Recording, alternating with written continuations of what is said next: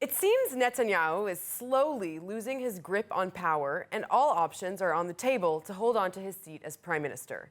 Now, a new report says he is so desperate, he's offering other party leaders, including Benny Gantz, a deal in which they would rotate the premiership, like last time. But this time, apparently, Gantz could go first.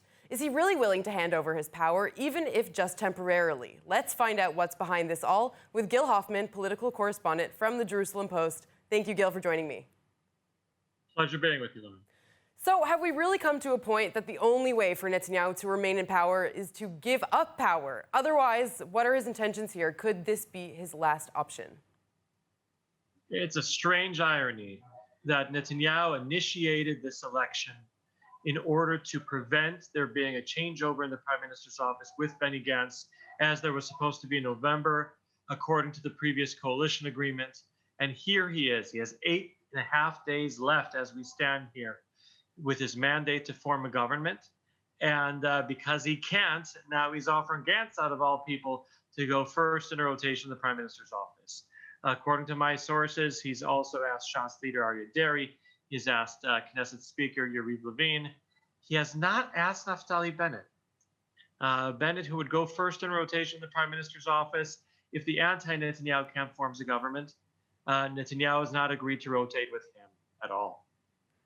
Interesting. So, of course, like you mentioned, he hasn't asked all the party leaders that are siding with him to make this kind of deal. How is he picking and choosing the specific leaders that he's spoken to? Apparently with people who he could get along with, and he knows that he can't get along with Bennett. He can't trust Bennett. He knows that Gideon Sa'ar, who he also has an offer to, would say no, so he hasn't bothered with that either. And he does, he has personal disputes with the two of them, and it seems like as much as he cares about remaining with at least being alternate prime minister and prime minister later on, and maintaining the prime minister's residence on Balfour Street in Jerusalem, maintaining his personal honor and self-respect seems to be his top priority. Interesting. On the other hand, it seems like a rotation between Bennett and Lapid might actually be able to work. Is Lapid really willing to allow Bennett to be the prime minister first? What exactly is happening there? So, right now as we speak, there is a meeting going on between Bennett and Gideon Sa'ar here at the Knesset. There are meetings taking place of Yesh Atid leader Yair Lapid and leaders of his camp. He's going to be meeting in a few minutes with Merav Michaeli, the leader of the Labor Party. Everyone's talking to everybody in order to try to reach an agreement to form a government the moment that Netanyahu's mandate ends. And Lapid said today in the faction meeting that I covered, which is in this room, that he thinks that the deal could be closed within a week. So you mentioned that Netanyahu has 8 days left with this mandate. Explain to us what is going to happen after that 8-day deadline.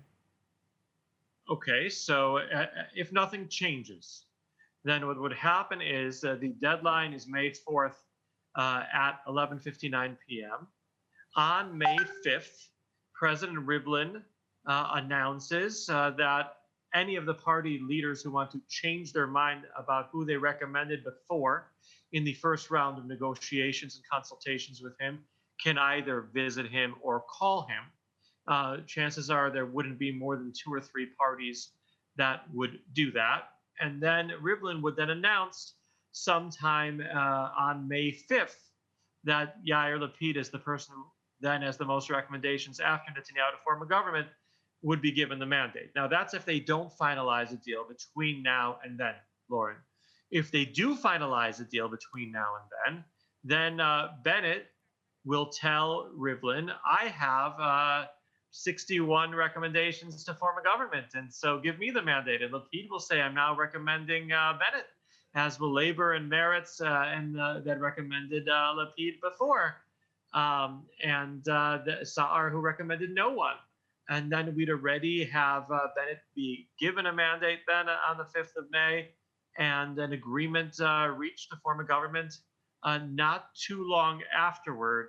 And then we can focus on actually running the country and, of course, having the election for president, which is going to be a lot of fun. Definitely. I'm sure this could play out in so many different ways, and we'll all have to wait and see. Gil Hoffman, thank you so much.